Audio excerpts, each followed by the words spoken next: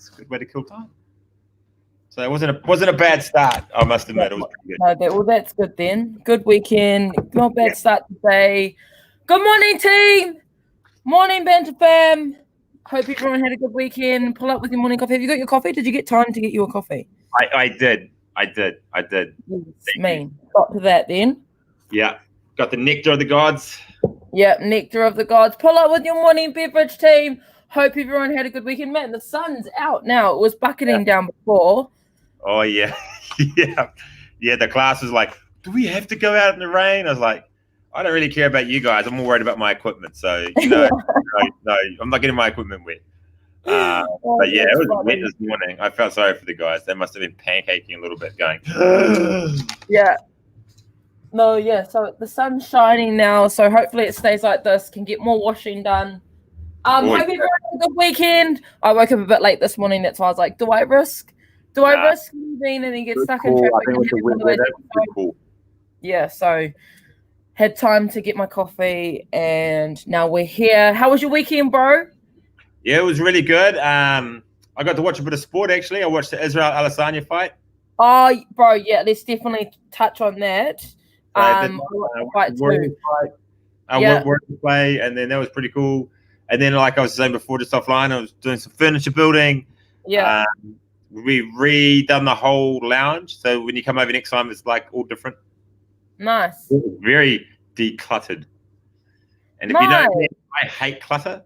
And so I'm happy with that. And so I think we threw in so what we're going to do is we're going to do another run for MK towards the end of the year. And so we've got rid of 4 massive boxes of toys, which are in the garage, which we're going to give to MK at the end of the year. So I'm kind of getting ready for a lot of that sort of stuff and some furniture to be able to give away as well. So, so I'm looking forward to a big run. So we'll probably look at, I think, doing that for the start of December. So all of November build up to that. But shit, it's October. Yeah, I was just going to say, next week or this week, end of this week. 12 weeks to Christmas. Yeah, that's so soon. We've got the Christmas party coming up. We've got Bethel's coming up. We've got just the whole year's just packed into the last 2 months. So yeah. Thanks, COVID. Yeah, thanks, COVID. And Christmas is here also. So then that manic. I wonder if it's going to be the same. I do wonder. Do you think it's going to be the same, Chuck? Are you do you hard out decorate the house with Christmas stuff, or you kind of just a tree and just a little bit of stuff, or there are some people that give it the whole 9 yards. Yeah, I can't think of anything worse than spending extra money on decorations that's going to get thrown in the bin. Same as wrapping paper. I couldn't think of anything worse. I know that sounds so I'm with you. I'm so with you. So mean, but I'm it's the reality. That's the pure version of consumerism. Is let's buy colored paper to wrap our presents in. That's only going to go into the bin. I'd rather buy a coffee for that. Who agrees? Yeah. Yes. Call me a Grinch. Yes. I like using the big bags and you put everything in it, and it's here's your gift. Yeah. And it's like a hamper, but in a bag. Yeah, it's just less messy as well. And I know it's for the kids and stuff, but I'm we can switch that up. I reckon we can change that around. I'm sure we could. There has to be a better way. The idea of ripping the paper open, that's gonna wear out soon. How many kids open their presents and then go to the next present and actually don't look at that present? Yeah, my soul. He's terrible. Way to crush you though, way to crush you. When you give a present, it's just and he's just going, I just want the ripping of the paper is opening the present, and that's it. Yeah.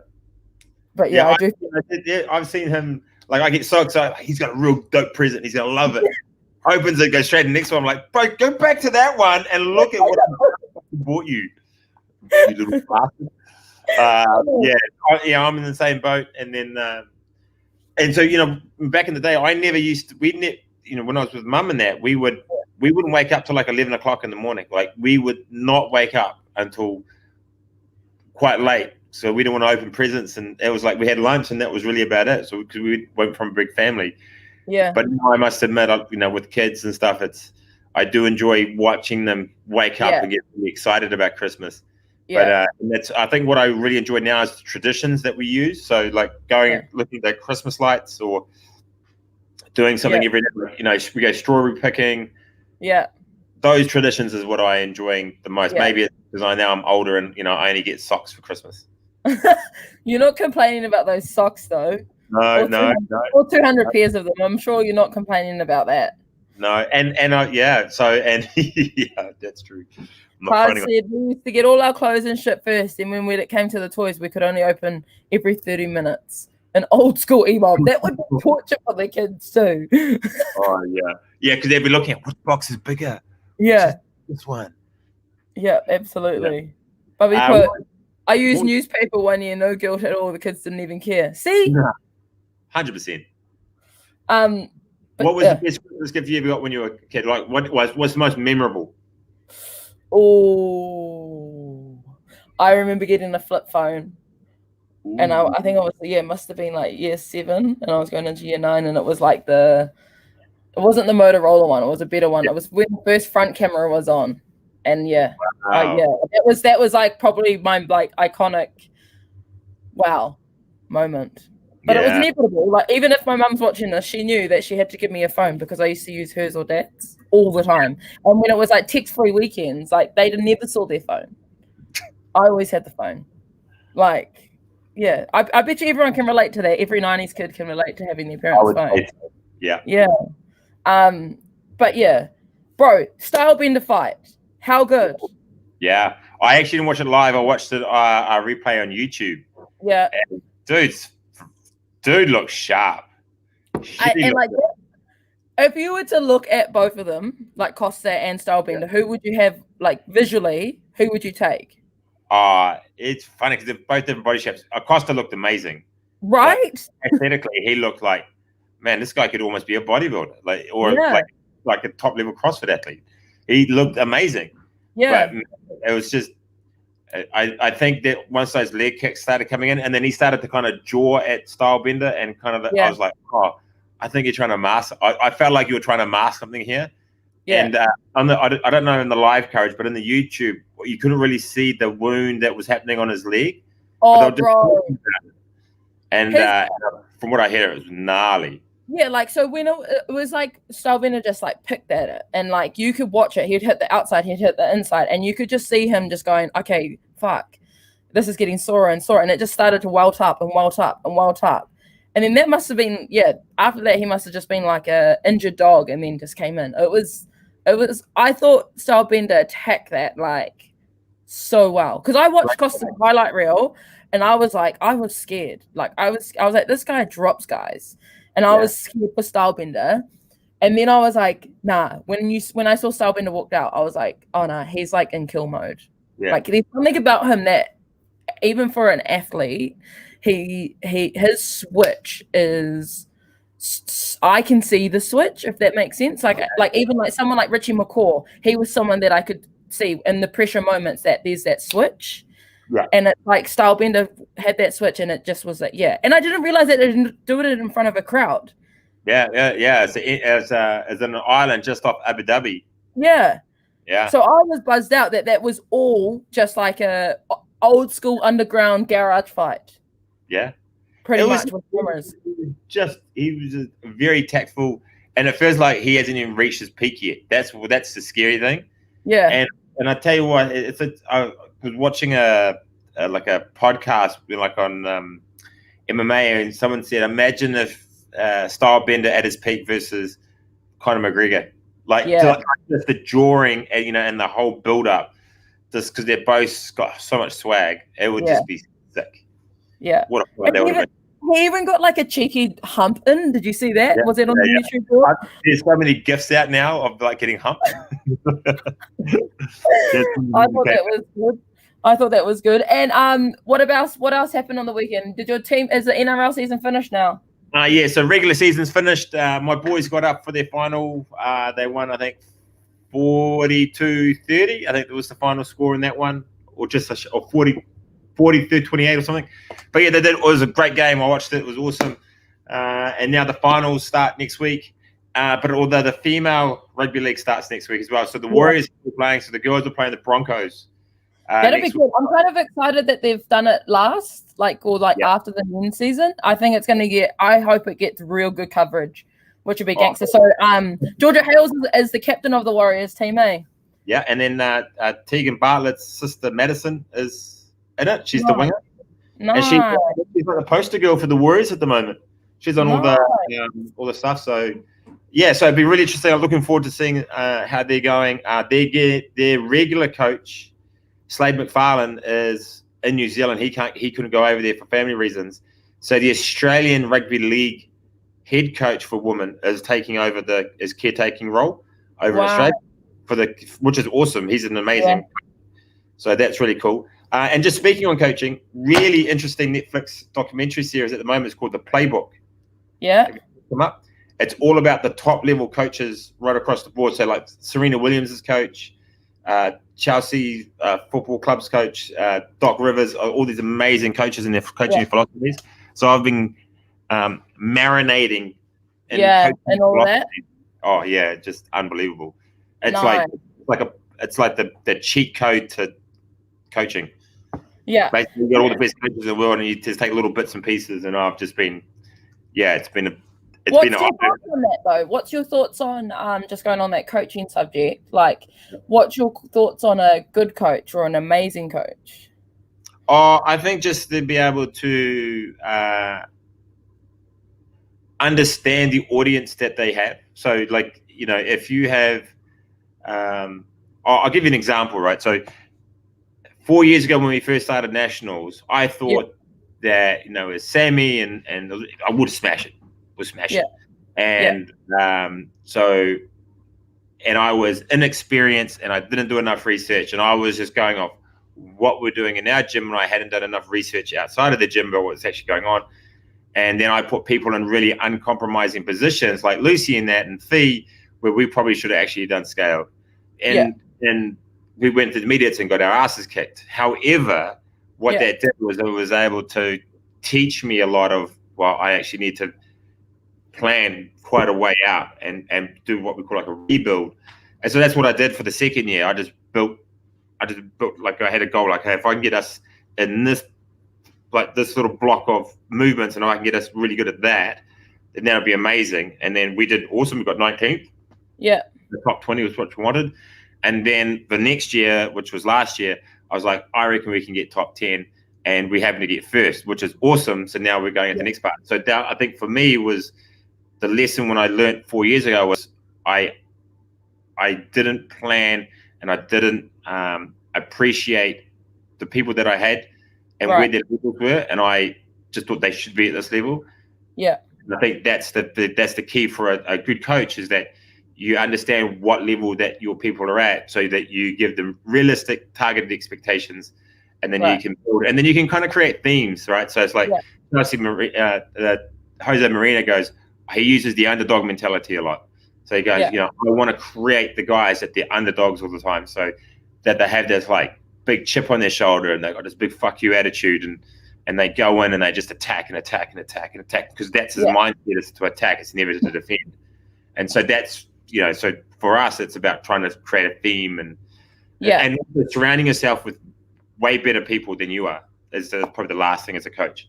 Yeah, and like so just learning off those things from those people and then like going through your experience, have you reached a point where like say the underdog mentality doesn't work? I think last year just say you've got 5 athletes and 3 athletes work with the underdog mentality and 2 of them don't. How do you push through that scenario as a coach? You make them all buy in. So they're all buying into the same thing. That takes time. Like, and you at the start of the season, you generally will kind of like pivot and present that.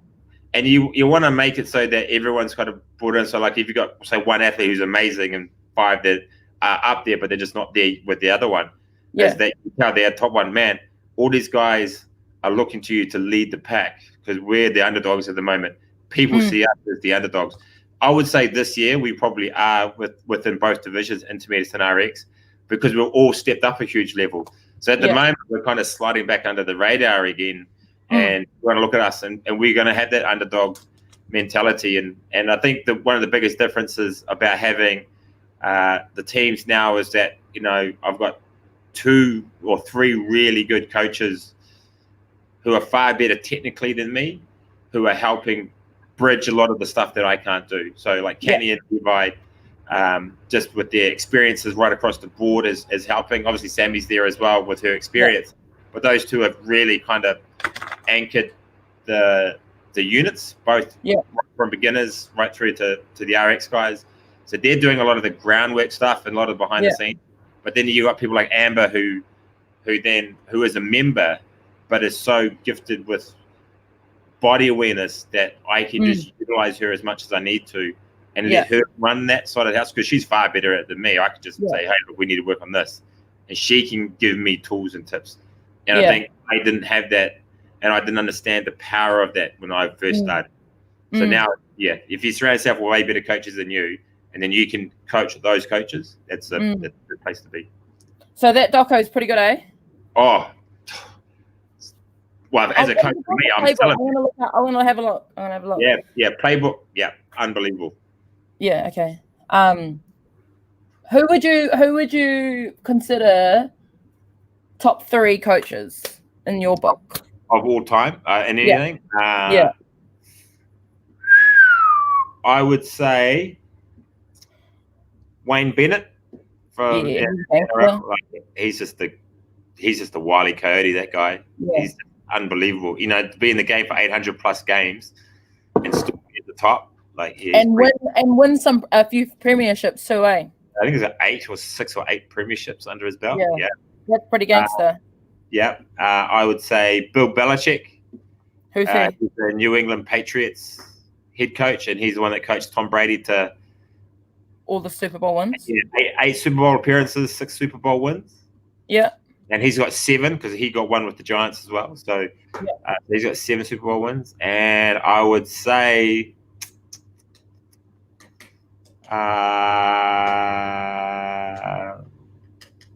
oh man. Anyone personal? Anyone that you can think of in your lifetime that has influenced you? Maybe not a sporting coach, but I wouldn't say he influenced me in terms of a coach, but I remember him being probably the first real kind of leader I had was a guy called Horst Jensen, who was my recruit corporal. He was an old dog. He must have been in his late 30s, early 40s. You know, so that's pretty old as a corporal. So basically, he was one of the guys that has always been in trouble, will never get promoted. He can only ever get as high as corporal because he keeps doing naughty stuff. But he was just an old hard ass who just taught me the value of hard work and attention to detail. And he taught me a lot of things like, you know, how to shoot and how to set myself apart from everyone else, and to sometimes be the person that no one wants to do what he has to do in order to get to where he wants to be. Yeah, Horst Jensen's probably the other, but he wasn't really a coach. He was just a mentor. Yeah, but that still had a huge influence on you and would probably take part, or those traits will have an influence on who you are today. Which well, he's the only recruit guy I remember. Horst Jensen. Yeah. Stacey will know him. Stacey's on. Stacey's not on at the moment, but Horst Jensen. Yeah, he was an old wily dog. I don't even know if he's still alive. Yeah, he probably shouldn't be. The amount of alcohol that guy drank. Anyone that's on now, if there's any coaches that you or like top 3 coaches that you think have influenced you, put them in the comments. I'm interested in to know, and they could be anyone as well. I think for me, I was about 13 when I started playing women's softball, and I was in the Premier Women's team. And Dean Rice, he was Jackie Smith's husband, but he was like the best in New Zealand for men's softball and baseball also, and he also went to America. Like he had his own like baseball card. Like that's how gangster he was. But he was like, I think he instilled like, you know, if you're gonna win, you've got to do the ugly work, the hard work that no one wants to do. And I remember being like, you know, we used to have to just sprint from home base to first base just over and over and over and over again. But like I think because I was the youngest, like I was a baby surrounded by women, that I was just kind of like, yeah, just get in and do the work. You know, I never really said anything. I just was just like, oh, you got to do that, got to do that. And like, I think those moments were crucial and that influenced me in any type of sport that I applied myself to. That mentality of just going to work and all of that. But I think it's cool to have, if you can be aware of, not aware, be grateful for the people that have coached you in your life and take little bits and pieces from them to apply to what you do, which is pretty cool. That corporal, you just remembered him for being a gangster as hard as guy. Yeah. Who else? I would put, what's his name? Is it not Graham Henry, the All Blacks coach? He was pretty big, or was it? No, it wasn't Graham, Well, Graham Henry was when they won the first one, and then I think the second one was Steve Hansen. Yeah, it was one of those. I just think that I think I just watched one of their movies and I was like, "Oh, that's pretty cool. That's pretty cool." Graham Henry. Yeah, I would never make it. I think I would never make it. So while they didn't help, I was able to use them as motivation. Feels good. Yeah, bro. That's cool. Gangster. That's real cool. I was that guy too. I was always like the meanest bench warmer, but like the meanest energy in all the teams. Like, but you know what was real cool is knowing that our team played meaner together, not just because of me, but just because we all had that same value, and we were always the underdog. The underdog tactic is ingrained in me, I think. Do you think it's ingrained in you? Yeah, well, you know, it always is. I was saying to not many people know, but Nationals last year was the first time I've ever podiumed. Right. Ever. Like I've been part of winning teams in there, but I've never sat on a podium. So I've always gone in with this huge, massive chip on my shoulder to always try and compete and be the best, or just give be the hardest worker on the team and to support the team as much as possible. And I always think that, a team of really hard-working people that will work together will beat a team of really talented people. Absolutely. Who don't tend to work together.